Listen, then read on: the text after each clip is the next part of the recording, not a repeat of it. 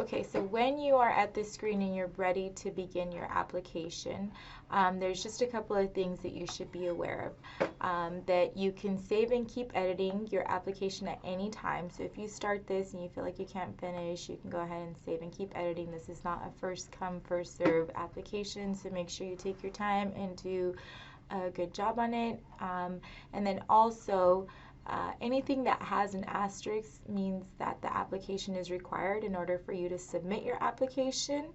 And lastly, if it has an information bubble here, you might want to hover over it. If you have any questions, it'll tell you specific instructions on the question and what you would need to input in that field. So the beginning of the application is just general information that you can go ahead and just come back to and do on your own. Make sure that you enter in the field the format that it's requested of you, just for us to be able to export the info if we need to, or for it to be specific on the when the site is matching up your answers.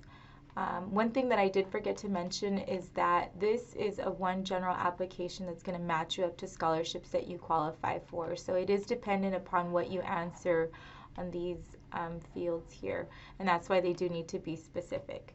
So I'm going to come down to the question about birth date. Please be sure to check the year and make sure that you do not enter the current year we are in.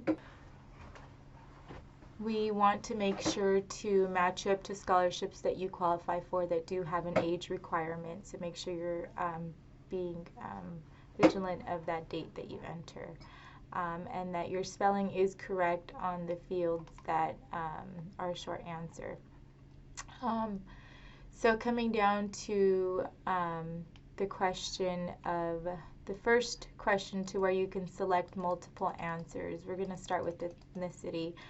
You can select as many as you identify with, and the way that you select multiple answers in these kind of questions is you would go ahead and click it, and then you're going to hold down the control button, and then you can click while you're holding down the control button and select as many as you would like, or as many as you identify with.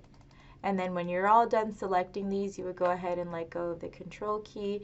You want to make sure to not go back and say, oh, if I forgot something, make sure you go back and click that control key and click it again.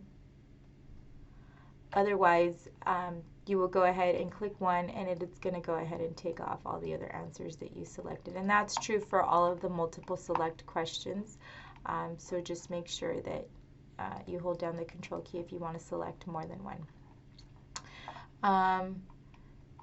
Let's come down to being a reentry college student. What that means, a reentry college student means that you have taken a break, whether it be from your high school education and then going into college, or that you were at some point obtaining your college education and then you took a break in between there, and then you restarted. Even if you've been here for 4 consecutive years, but at some point you took a break in your college education for at least 1 year or more, you are considered a reentry college student.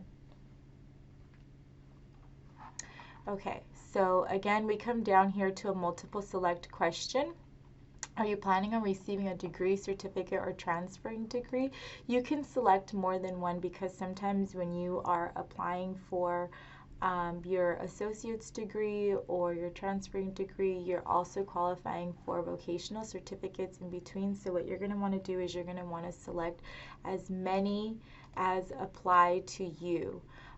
So if you are receiving 2 associate's degrees and a vocational certificate in between, that's what you want to do. You want to hold down the control key and select all 3, because there are scholarships specific for vocations, and there are scholarships specifically for students that are transferring out or that are graduating. And so you can go ahead and fill in the rest of the information that is pertaining to you. Remember that the questions that do not have an asterisk are not required. You do not have to complete them. But sometimes when you do select like for example, what four-year institutions are you planning on transferring to? Say that there is a specific scholarship that gives preference to students that apply to a certain school or are going to be transferring to a certain school. This is where they'll be looking for that. So you don't have to, but you might want to. We understand that you might not know by the time that you submit your application what you've been accepted to. So if you do know, great, fill it in. If you don't know, that's okay too. Okay, I want to really focus on the questions that follow that as far as what your major is, because there's an opportunity here to enter your major and then a double major if you have that. So you want to select, here it is not a multiple select one, you can only select one. If you are unsure of your major or you're still undecided, you might want to put in whatever coursework you have most completed in or what you're planning on pursuing in the future. You don't want to leave that blank. And then the number of units that are completed in your major, you will have to calculate that on your own. There is something on DegreeWorks that will help you find that, but we'll go ahead and make another video in the future that will go ahead and show you how to make sure that you accurately compute the units that you have completed in your major based on your transcripts. The GPA in your major is specific to only the courses that you have completed your coursework. So for example, I'll go ahead and select accounting. I would then, for the GPA major, would only count the classes that I have taken that are required for my accounting degree and then enter that here. So that discludes all of your remedial classes. It does not include any of your general ed courses, so any of your English. In this case, maybe some math courses might be required for accounting, so those would count. But again, you can double check that in the catalog. Like it says here, the Fullerton College catalog is online. You'll be able to see what is specific by major, and we'll show you in the future video as well. So if you have a double major, you want to go ahead and select it here. If you are not pursuing a second major, then you want to select none because the question is required.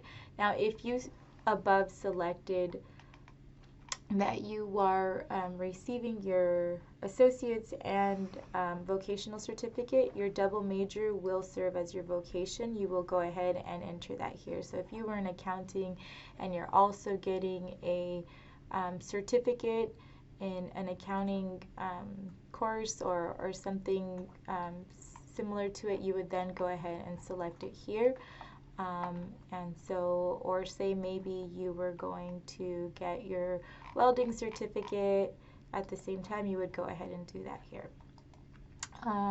Maybe you are a Cosmos student that is also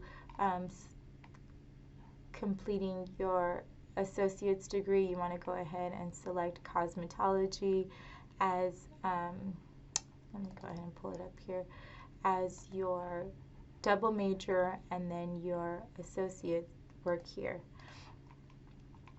You're going to go ahead and follow the same steps we just talked about for the number of units completing your major and your GPA here, the same examples that you did for the first one. You want to go ahead and do it here. All of the questions below that you'll be able to find on your Fullerton College transcripts. And then below that, if you have attended other colleges or you are currently attending other campuses, this is where you want to enter the information. You'll enter an answer from 1 through 8, all for the same campus. And if you have multiple campuses that you are attending, or if you've attended several colleges, you can go ahead and click right here, add another answer, and it will give you the opportunity to answer question 1 through 8 for the following schools that you've attended.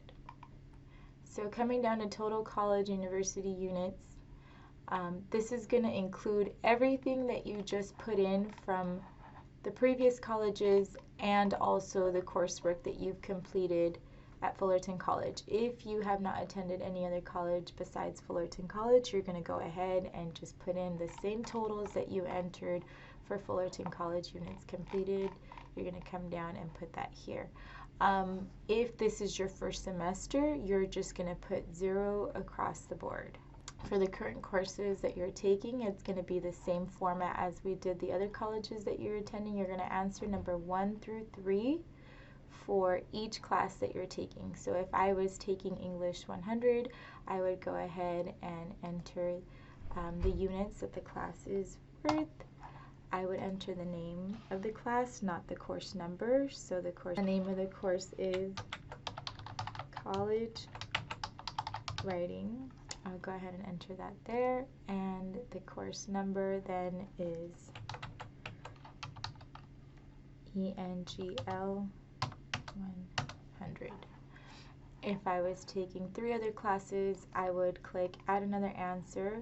I would answer 1 through 3 for the second class. I would add another answer after that, answer 1 through 3 for the third class, and so on. Okay. For the following question, it's for students with financial need. If you receive any of these programs, then you want to go ahead and select whatever it is that you qualify for, whatever it is that you are currently receiving.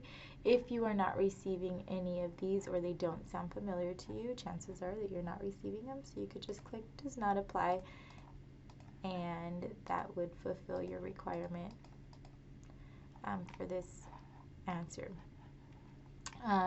If you do select that you work, please make sure to enter a certain amount of hours that you work per week. If it fluctuates, just enter the maximum amount of hours you would potentially work in a typical week. Like I said, the rest of the questions are pretty much self-explanatory. You can go ahead and answer them yourself. I do